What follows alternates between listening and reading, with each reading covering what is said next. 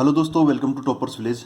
दोस्तों आज हम देखेंगे क्वेश्चन नंबर 10, 11, 12 एंड 13। ठीक है, 4 क्वेश्चन आज हम कवर करेंगे। तो काफ़ी वैसे देखा जाए तो काफ़ी आसान क्वेश्चन है। और यहाँ पे जो क्वेश्चन नंबर 12 है उसके 2 पार्ट्स है एंड क्वेश्चन नंबर जो 13 है उसमें मॉडुलस और आर्ग्यूमेंट निकालने के लिए बोला है। जैसा कि यहाँ पे क्वेश्चन नंबर 5 में था convert the following in polar form, तो इसमें भी वही क्वेश्चन है जो कि यहाँ पर है क्वेश्चन नंबर 13। तो बस हम डायरेक्ट क्वेश्चन नंबर 10 से स्टार्ट करते हैं।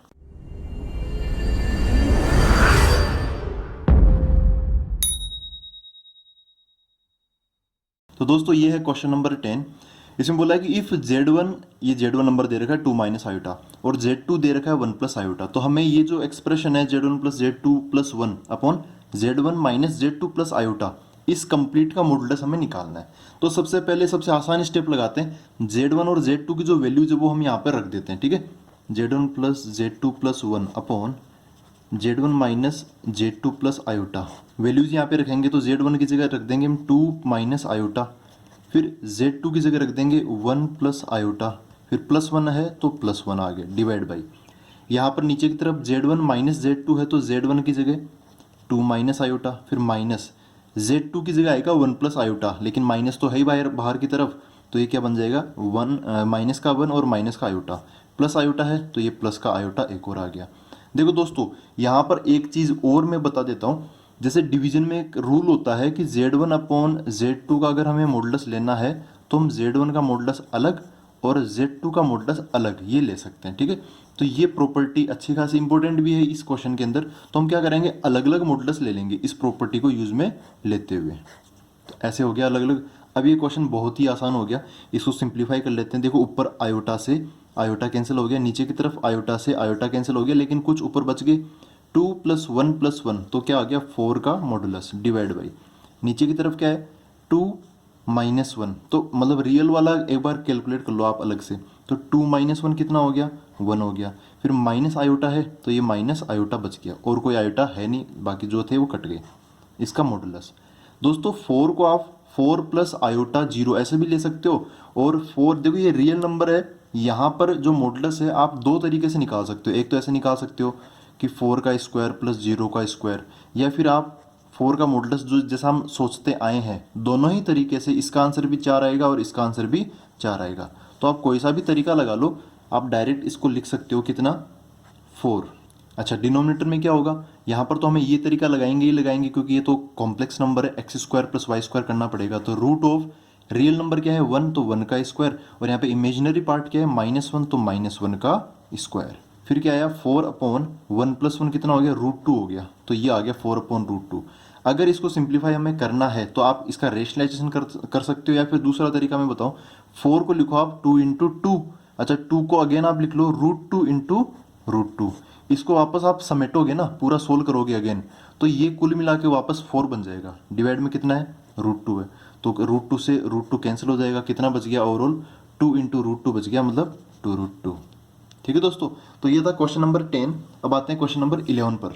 तो दोस्तों यहाँ पर है क्वेश्चन नंबर 11। इसमें बोला है if a plus iota b, देखो ये कॉम्प्लेक्स नंबर है, इधर एक कॉम्प्लेक्स नंबर के बराबर इसको रख रखा है, prove that a square plus b square. तो ये क्वेश्चन यहाँ पर a प्लस आयोटा b से a square plus b square देखते ही ये क्वेश्चन खत्म हो जाता है। कैसे, यहाँ से हमें ये एक्सप्रेशन कैसे ला सकते हैं हम, तो इस एक्सप्रेशन का हमें मॉडुलस लेना पड़ेगा, है ना। देखो एक बार मैंने पहले ही बताया था जब हमने क्वेश्चन नंबर 4 किया था, क्वेश्चन नंबर इस पूरी एक्सरसाइज के अंदर question number 4 and question number 11 और लास्ट में क्वेश्चन नंबर 19, ये एक ही किस्म के क्वेश्चन है। तो इनमें इन तीनों क्वेश्चंस के अंदर हमें एक ही कंसेप्ट लगाना है, हमें दोनों तरफ मॉडुलस ले लेना है। ठीक है, दोनों तरफ क्या ले लेना है हमें मॉडुलस। तो क्वेश्चन मैंने लिख रखा है यहाँ पर, ये जो गिवन है और ये हमें प्रूव करना है, तो गिवन को मैं यहाँ पे लेके आता हूँ a plus iota B equal to X plus iota का whole square upon 2x square plus 1। दोस्तों देखो सीधा सा कंसेप्ट है, यहाँ पर a प्लस आयोटा बी से इस टाइप की शक्ल है पहले इसकी, हमें चाहिए a square plus b square. तो एक ही तरीका है जिससे हम यहाँ से यहाँ तक पहुँच सकते हैं, क्या मॉडुलस ले लें। यहाँ पर x प्लस आयोटा, इसका भी क्या बन जाएगा x का स्क्वायर, और आयोटा मतलब आयोटा का ऑप्शन क्या है 1, तो 1 का स्क्वायर। ठीक है, तो 1 का स्क्वायर 1 ही होता है, तो ऐसा बन गया। बाकी यहाँ पे मॉडुलस लेते तो अंडर रूट आता है, वो यहाँ पे दिख नहीं रहा ना, वो उसको हम बाद में एडजस्ट करते हैं। तो इसको सबसे पहले मैं क्या ले लेता हूँ, दोनों तरफ मॉडुलस ले लेता हूँ। दोनों तरफ मॉडुलस लेंगे तो क्या बन जाएगा, ये a प्लस आयोटा बी का मॉडुलस इक्वल टू यहाँ पर x प्लस आयोटा का whole square divide by 2x² + 1 का कंप्लीट मॉडुलस। ठीक है, अब यहाँ पर हमें कुछ प्रॉपर्टीज लगाने की जरूरत है।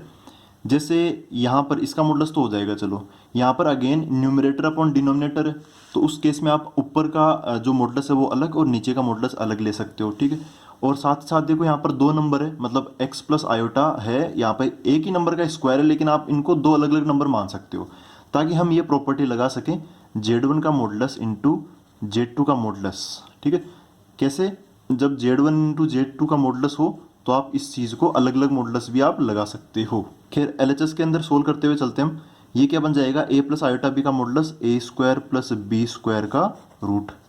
यहाँ पर पहले इसको थोड़ा सोल्व करते हैं कि x प्लस आयोटा के मॉडुलस का क्या बन जाएगा, ये स्क्वायर बन जाएगा। ठीक है, आप अलग अलग मॉडुलस लगा सकते हो, तो ये दोनों मॉडुलस मतलब सेम ही है। वैसे तो z1 z2 ये तो प्रॉपर्टी नाम की प्रॉपर्टी है, लेकिन यहाँ पर तो सेम ही है, z इंटू जेड है, तो आप z का पहले का मॉडुलस अलग दूसरे का अलग, तो एक टाइप से z के मॉडुलस का स्क्वायर ही बन गया। तो मैंने क्या किया, मॉडुलस तो ले लिया अंदर और स्क्वायर लगा दिया बाहर, जैसे कि हम कर सकते हैं। नीचे की तरफ क्या आएगा, देखो यहाँ पर नीचे की तरफ आयोटा का नामो निशान नहीं है, तो एक काम तो आप ऐसे कर सकते हो, जब आयोटा नहीं है रियल नंबर ही, जैसे हमने यहाँ पे किया था, तो डायरेक्ट उसको आप वैसा के वैसा लिख सकते हो, जैसा हम नॉर्मल रियल नंबर से मॉडुलस लेते हैं वैसे, नेगेटिव को पॉजिटिव बनाने वाली चीज़। दूसरा आप इस तरीके से भी कर सकते हो। यहाँ पर मैं दूसरे वाले तरीके से बता देता हूँ आपको, 2x² + 1 है तो 2x² + 1, और प्लस आप क्या लिख सकते हो, 0 इंटू आयोटा लिख सकते हो। ठीक है, और इसका क्या लेना है, हमें मॉडुलस लेना है अलग अलग। एलएचएस में तो मैंने मॉडुलस ले लिया, लेकिन आरएचएस में भी टाइम लगा रहा हूँ। यहाँ पर ये क्या बन गया, a² + b² का अंडर रूट इक्वल टू, यहाँ पर क्या बनेगा दोस्तों, देखो इसका मॉडुलस है, अच्छा स्क्वायर को तो बाद में देखेंगे, पहले आप x प्लस आयोटा के मॉडुलस के बारे में सोचो, तो रूट ऑफ x, तो x का स्क्वायर, आयोटा का ऑप्शन क्या है 1, तो यहाँ पे क्या आ जाएगा 1 का स्क्वायर।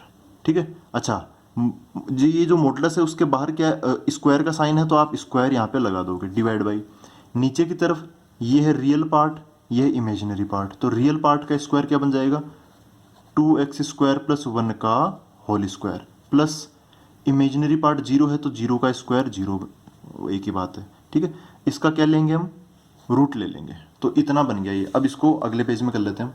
तो दोस्तों वो सेम टू सेम मैंने यहाँ पे लिख लिया है, अब इसको आगे प्रोसीड करते हैं। अब क्वेश्चन की जो ज़रूरत है ना उसके अकॉर्डिंग चलते हैं। यहाँ पर देखो रूट नहीं लगा हुआ है ना, रूट नहीं लगा हुआ, तो अपने वाले में तो एलएचएस में रूट लगा हुआ आ गया, तो हम क्या करेंगे अपने वाले का, क्योंकि हमें प्रूव तो क्वेश्चन जो बुक वाला है वही तो प्रूव करना है। यहाँ पर क्या कर ले लेंगे हम, दोनों तरफ स्क्वायर लगा देंगे इसका, तो स्क्वायर लगाएंगे, मतलब यहाँ पे लिख देता हूँ बाय स्क्वायरिंग बोथ साइड्स, क्या बन जाएगा यहाँ पर, इसका तो क्या बन जाएगा, इसका जो रूट है वो हट जाएगा, a² + b²। यहाँ पर क्या होगा, अच्छा इसको तो आप पहले फिनिश कर ही लो, है ना, चलो एक बार के लिए मैं लिख देता हूँ कंप्लीट। यहाँ पर ये लिखा और इसका स्क्वायर लगा दिया, यहाँ पर इसको आप खत्म करो, यहाँ पे जो भी RHS उसका स्क्वायर हम बाद में कर लेंगे, पहले आप अंदर की चीज़ें निपटा लो। यहाँ पर पहले इसको निपटाएंगे तो स्क्वायर और अनरूट कट जाएगा, क्या बच जाएगा, x² + 1 बच जाएगा। नीचे की तरफ 0 का तो कोई मतलब है नहीं, यहाँ पे स्क्वायर है और उसके बाहर रूट है, तो ये दोनों भी आपस में खत्म हो जाएंगे, क्या बचेगा, 2x² + 1 बचेगा। ठीक है, अब यहाँ पर आप स्क्वायर को, अब स्क्वायर का काम आप करवा सकते हो, तो ये क्या बन जाएगा, यहाँ पे ये तो इससे कैंसिल हो ही गया, तो ये बन गया a² + b² इक्वल टू, यहाँ पर ऊपर वाले का स्क्वायर अलग नीचे वाले का स्क्वायर अलग, तो x² + 1 का होल स्क्वायर अलग और नीचे 2x² + 1 का होल स्क्वायर अलग। ठीक है, तो यही एक्सप्रेशन था अपना सेम टू सेम जो कि हमें प्रूव करना था। तो इन क्वेश्चंस के अंदर कुछ भी नहीं है, थोड़ा बहुत एडजस्ट हम बाद में भी कर सकते हैं, लेकिन मेन चीज़ क्या है, मॉडुलस ले लो आप दोनों तरफ। तो दोस्तों ये है क्वेश्चन नंबर 12, इसमें बोला है, देखो क्वेश्चन नंबर 12 लगभग क्वेश्चन नंबर 10 जैसा ही, लेकिन उसमें हमने मॉडुलस निकाला था, यहाँ पे मॉडुलस वगैरह नहीं निकालेंगे, यहाँ पर हम रियल पार्ट और इमेजिनरी पार्ट निकालेंगे, वो भी कुछ अजीब से नंबर का। ठीक है, तो z1 z2 दे रखा है, वो हमें यहाँ पे रखना है, तो यहाँ पे जैसे मल्टीप्लाई करने की बात की गई, यहाँ पे कॉन्जुगेट लेने की बात की गई है, तो वो सब लगा देते हैं।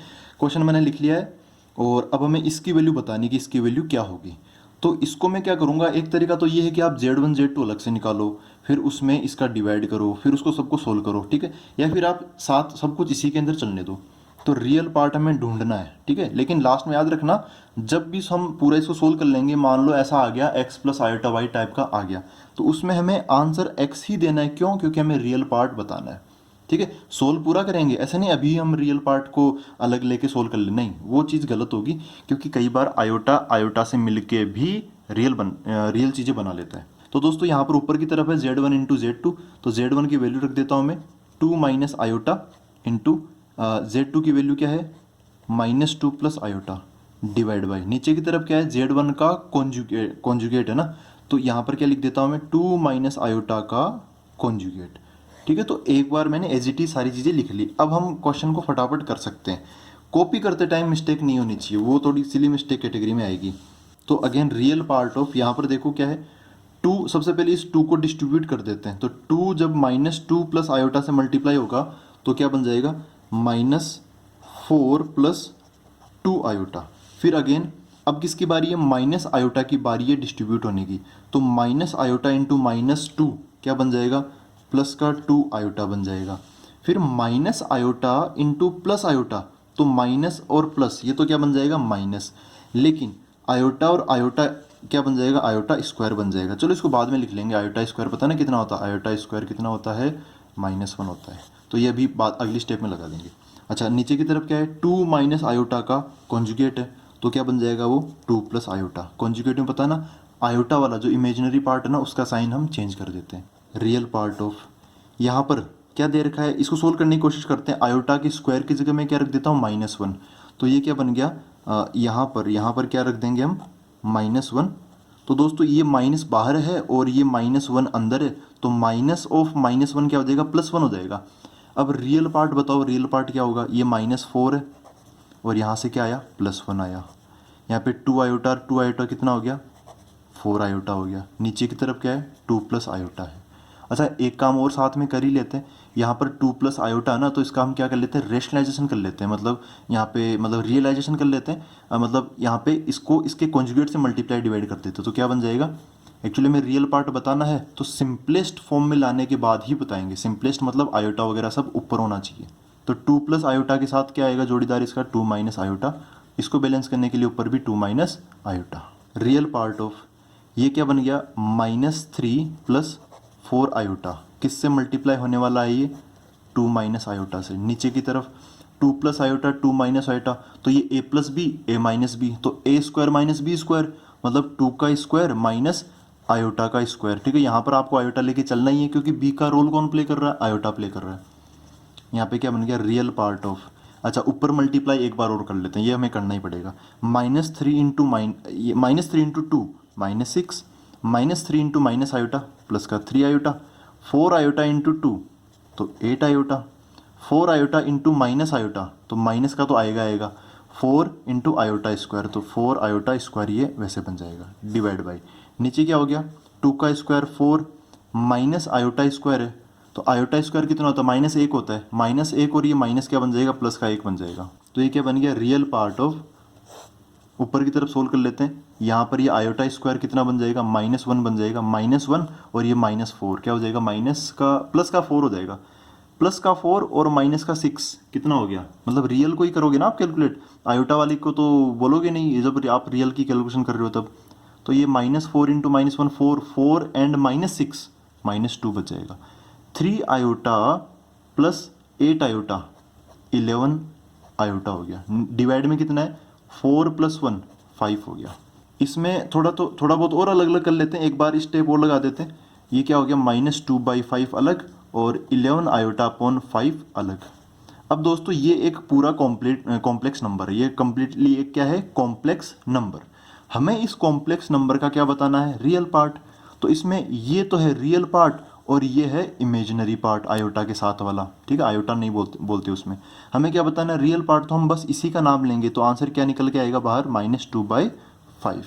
ठीक है दोस्तों, अब आते हैं इसके सेकंड पार्ट पर। तो दोस्तों ये इसका second part imaginary part of 1/Z1 into Z1 conjugate, इसकी वैल्यू हमें बतानी है, इसके इमेजिनरी पार्ट की वैल्यू बतानी है। तो यहाँ पर क्या लिखूंगा मैं इमेजिनरी पार्ट ऑफ 1/, पहले Z1 Z2 की वैल्यू रख देते हैं, वैसे यहाँ पर Z2 तो है नहीं, Z1 की वैल्यू क्या है 2 माइनस आयोटा, तो यहाँ पे आ जाएगा 2 माइनस आयोटा, Z1 की जगह आ जाएगा 2 माइनस आयोटा, Z1 के कॉन्जुगेट की जगह आ जाएगा 2 माइनस आयोटा का कॉन्जुगेट। ठीक है दोस्तों, और ये ब्रैकेट बंद, यहाँ पे फिर इमेजिनरी पार्ट ऑफ अच्छा नीचे की तरफ क्या बचेगा ये देखो, पहले इसको एक बार और सिंप्लीफाई कर लेते हैं, जल्दीबाजी नहीं करना है क्वेश्चंस के अंदर, जब आप एक्सपर्ट हो जाओ तो कर सकते हो, कोई दिक्कत नहीं है। 2 माइनस आयोटा का कॉन्जुगेट क्या हो जाएगा, 2 प्लस आयोटा हो जाएगा, ठीक है, और ऊपर 1 लगा हुआ है। इमेजिनरी पार्ट ऑफ, यहाँ पर देखो दोस्तों ये है a minus b a plus b वाला फॉर्मूला, तो वो क्या होता है a square minus b square, तो यहाँ पे 2 का स्क्वायर आ जाएगा माइनस b का काम कौन कर रहा है आयोटा, तो आयोटा का स्क्वायर आ जाएगा, ठीक है।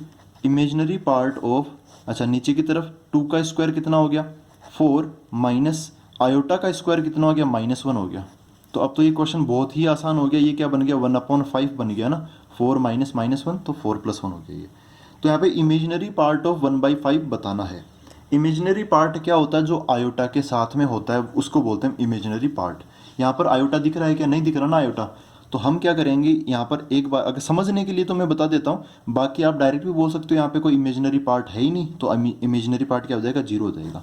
खैर इसको मैं तरीके से बता देता हूँ, 1/5 ये पूरा का पूरा रियल है तो ये अलग हो गया भाई, आयोटा के साथ क्या है कुछ भी नहीं है, इसका मतलब क्या है 0, आयोटा दिखा नहीं इसके साथ, इसका मतलब उसके साथ क्या है 0 ना कि 1, ठीक है। तो यहाँ पे जो इमेजिनरी पार्ट होता है वो ये होगा आयोटा के साथ वाला, मतलब कुछ है ही नहीं तो इमेजिनरी पार्ट क्या आ जाएगा 0 आ जाएगा। तो ऐसे हुआ ये क्वेश्चन। दोस्तों अब देखते हैं 13th क्वेश्चन, इसमें बोला है find the modulus and argument of the complex number 1 + 2 iota upon 1 - 3 iota. ये एक नंबर है जिसमें ऊपर भी नंबर है नीचे भी कॉम्प्लेक्स नंबर है, तो हमें इसका मॉडुलस और आर्ग्यूमेंट दोनों चीज़ें बतानी है। इसमें बच गए बस पोलर फॉर्म नहीं पूछा, पोलर फॉर्म भी पूछ लेता तो पूरा ही हो जाता क्वेश्चन अपना। तो क्वेश्चन मैंने लिख लिया है, इसको मैं एक बार के लिए क्या बोल देता हूँ जेड बोल देता हूँ, ठीक है, कोई भी कॉम्प्लेक्स नंबर उसको हम जेड सामान्यतः बोल देते हैं। तो सबसे पहले हमें इसका क्या निकालना है मॉडुलस, मॉडुलस तो जेड का मॉडुलस, ठीक है, इक्वल टू यहाँ पर क्या होगा 1 + 2 आयोटा अपॉन 1 - 3 आयोटा का कंप्लीट का मॉडुलस। अब यहाँ पर देखो दोस्तों दो तरीके हैं सोल्व करने के, या तो हम इस पूरे क्वेश्चन को पूरा जो एक्सप्रेशन है उसको रेशनलाइज करके आसान बना लें, उसके बाद में हम मॉडुलस निकाल लें। लेकिन मॉडुलस पर ऐसी कोई प्रॉपर्टी तो लगती नहीं है, मॉडुलस पर एक अच्छी सी प्रॉपर्टी लगती है, वो कौन सी, जैसे यहाँ पे न्यूमरेटर अपॉन डिनोमिनेटर है ना, तो Z1 अपॉन Z2 का मॉडुलस इक्वल टू क्या होता है Z1 का मॉडुलस अलग Z2 का मॉडुलस अलग, ठीक है। तो यही काम हम यहाँ पे कर देते हैं डायरेक्ट, बाद में अगली बार इसको रेशनलाइज करके देख लेंगे, आर्ग्यूमेंट में इसको रेशनलाइज कर लेंगे, ठीक है। अभी अपना काम इसमें ऐसा हो रहा था, कर लो इसको। तो ऊपर वाले का 1 + 2 आयोटा का मॉडुलस अलग हो गया और नीचे 1 - 3 आयोटा का मॉडुलस अलग हो गया। आप चाहो तो रेशनलाइज कर सकते हो पहले, ठीक है, कोई दिक्कत नहीं है, कोई हार्ड एंड फास्ट रूल नहीं है कि आप ऐसे ही करो। खैर अभी मैं इसको ऐसे कर लेता हूँ, तो ऊपर 1 + 2 आयोटा का मॉडुलस कितना होगा, रूट ऑफ यहाँ पे रियल पार्ट 1 का स्क्वायर और इमेजिनरी पार्ट क्या है 2, तो 2 का स्क्वायर डिवाइड बाई, फिर रूट ऑफ नीचे वाले का मॉडुलस 1 का स्क्वायर फिर -3 का स्क्वायर, क्योंकि यहाँ पे -3 क्या है इमेजिनरी पार्ट है, तो ये क्या बन गया रूट ऑफ 1 + 4, तो ये 5 बन गया डिवाइड बाई, और नीचे की तरफ क्या आएगा 1 प्लस ये -3 का स्क्वायर कितना हो जाएगा 9, 9 + 1 10, तो ये 10 बन जाएगा। दोस्तों इसको मैं कंप्लीट पे रूट लगा लेता हूँ, दोनों पे रूट है तो कंप्लीट पे लगा ले, ऊपर है 5 नीचे है 10, ये इसको काटेगा तो कितना बच जाएगा 2 बच जाएगा, तो ये क्या बन जाएगा, ऊपर तो कुछ बचा ही नहीं तो 1, 1 का रूट भी लगाओ तो 1 ही आएगा, नीचे की तरफ क्या है 2 है लेकिन वो रूट के अंदर ही हुआ सब कुछ, तो अभी भी ये जो 2 है वो रूट के अंदर ही रहेगा, तो ये बन गया 1/√2। ऐसे निकाला हमने मॉडुलस। अब बात करते हैं आर्ग्यूमेंट की। यहाँ पे आर्ग्यूमेंट का नाम लिया गया, इसका मतलब हम कौन सा समझेंगे, जो अपना प्रिंसिपल आर्ग्यूमेंट है ना वही हम निकालेंगे, मतलब -180 से 180 के बीच में। तो उसके लिए हमें इसको आसान बनाना पड़ेगा एकदम, मतलब जो सिंपलेस्ट फॉर्म है ना उसमें इसको ब्रेक करना पड़ेगा। तो z क्या है 1 + 2 आयोटा अपॉन 1 - 3 आयोटा, नीचे वाला जो आयोटा है वो शुभ नहीं होता नीचे, उसको ऊपर लाना पड़ेगा, तो किससे मल्टीप्लाई करूँ मैं, इसके कॉन्जुगेट से, तो 1 - 3 आयोटा के साथ में क्या आ जाएगा 1 + 3 आयोटा, इसको बैलेंस करने के लिए ऊपर भी 1 + 3 आयोटा।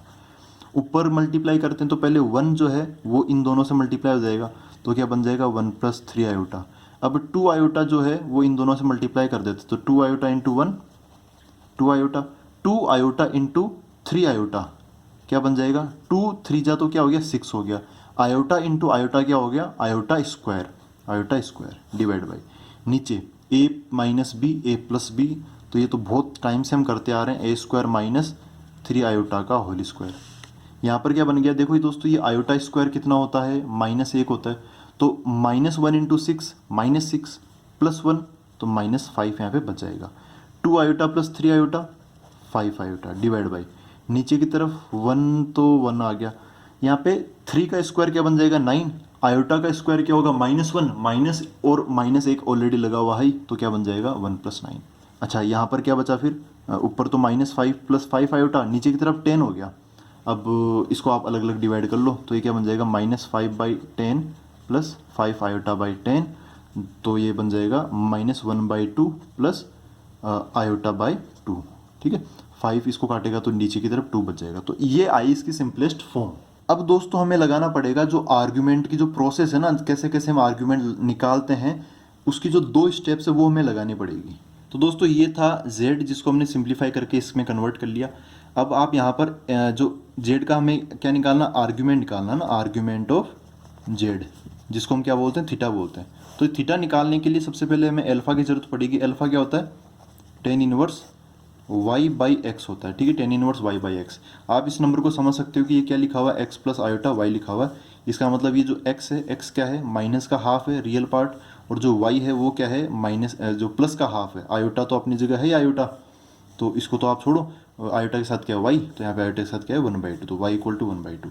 वो सारी चीज़ें आप यहाँ पे रखो तो क्या बन जाएगा, ये tan इनवर्स y की जगह कितना आ जाएगा, हाफ 1/2 डिवाइड बाई, फिर x की जगह कितना आएगा, -हाफ।